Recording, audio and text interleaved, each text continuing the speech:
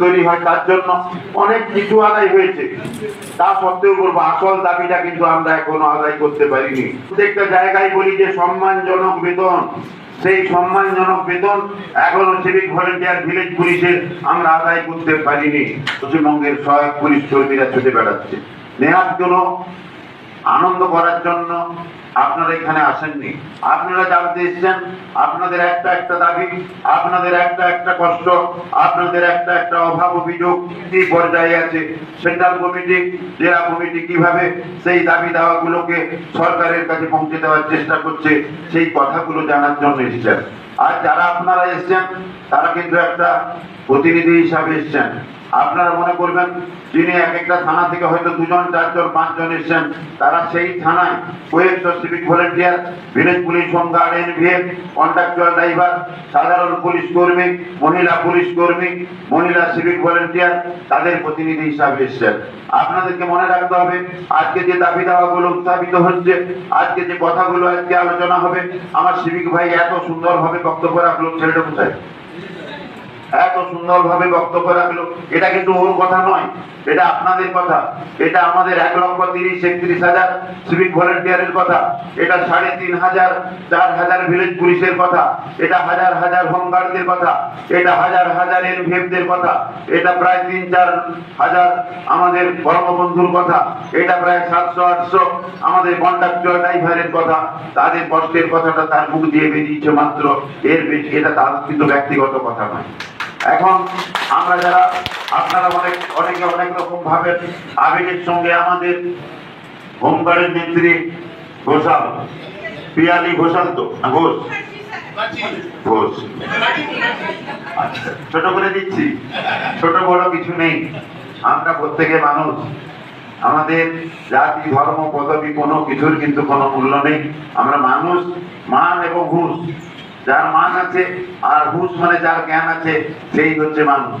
আবেগের সঙ্গে বললো যে স্যারের আর কয়েক মাস চাকরি আছে, স্যার এই কয়েক মাসের মধ্যে একটা মিরাক্কেল ঘটাবেন। সেই মিরাক্কেল আগামী সারা জীবন বিজিতাকে আমাদের নিচুতলার পুলিশ কর্মী, সহযোগী পুলিশ কর্মী মনের মনে করে দিচ্ছে। আমার সে জাদুদণ্ড নেই, সেই জাদুদণ্ড আমার নেই, সেই যোগ্যতা আমার নেই, সেই চাবিকাঠি আমার নেই। আমার চাবিকাঠি হচ্ছেন আপনারা, আমার শক্তি আপনারা। আমি যে কথাগুলো বলি আপনাদের উপর নির্ভর করে বলি।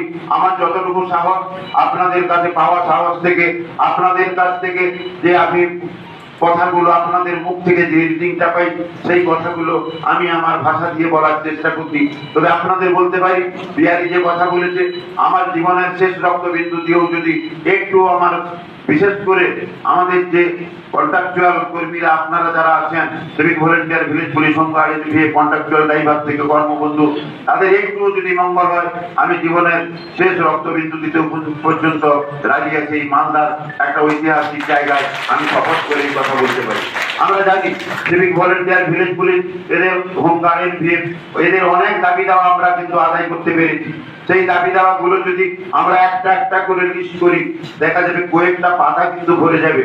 আর আমি মনে করি না যে আমাদের সিভিক ভলেন্টিয়ারদের যে 4,600 আর 4,600 6 মাস আর 6 মাস 12 মাস যে কাজটা স্টেট ওয়েলফেয়ার কমিটির নেতৃত্বে হয়েছে, এটা আমরা বিরাট কিছু করেছি।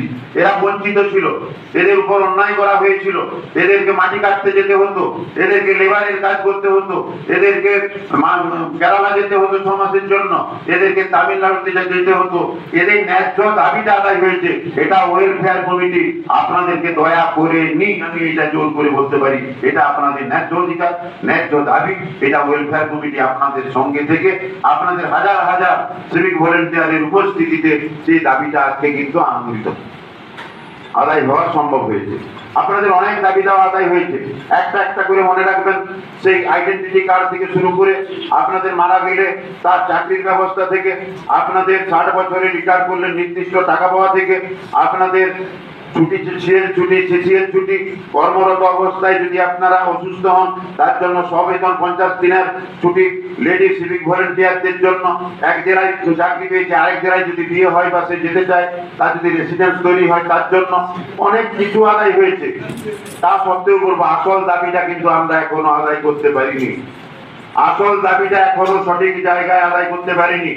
আমি প্রত্যেকটা জায়গায় বলি যে সম্মানজনক বেতন, সেই সম্মানজনক বেতন এখনো সিভিক ভলেন্টিয়ার ভিলেজ পুলিশের আমরা আদায় করতে পারিনি।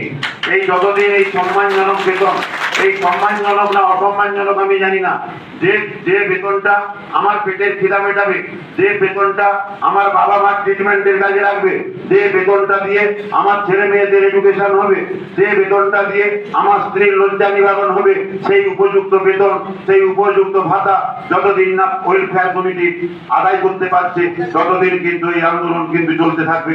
এই কথা আমি মালদার মাটিতে দাঁড়িয়ে জোর করে কিন্তু বলতে পারি। আমরা অনেকে গর্ব করি যে সিভিক ভলেন্টিয়ার ভিলেজ পুলিশের জন্য আমরা 2000 টাকা বাড়াতে পেরেছি। কোথায় 2020 সাল আর কোথায় 2025 সালের জুন মাস শেষ হতে যাচ্ছে, 2000 টাকা বেতন বৃদ্ধি, এটা আমি মনে করি এটা কিছুই নয়। এই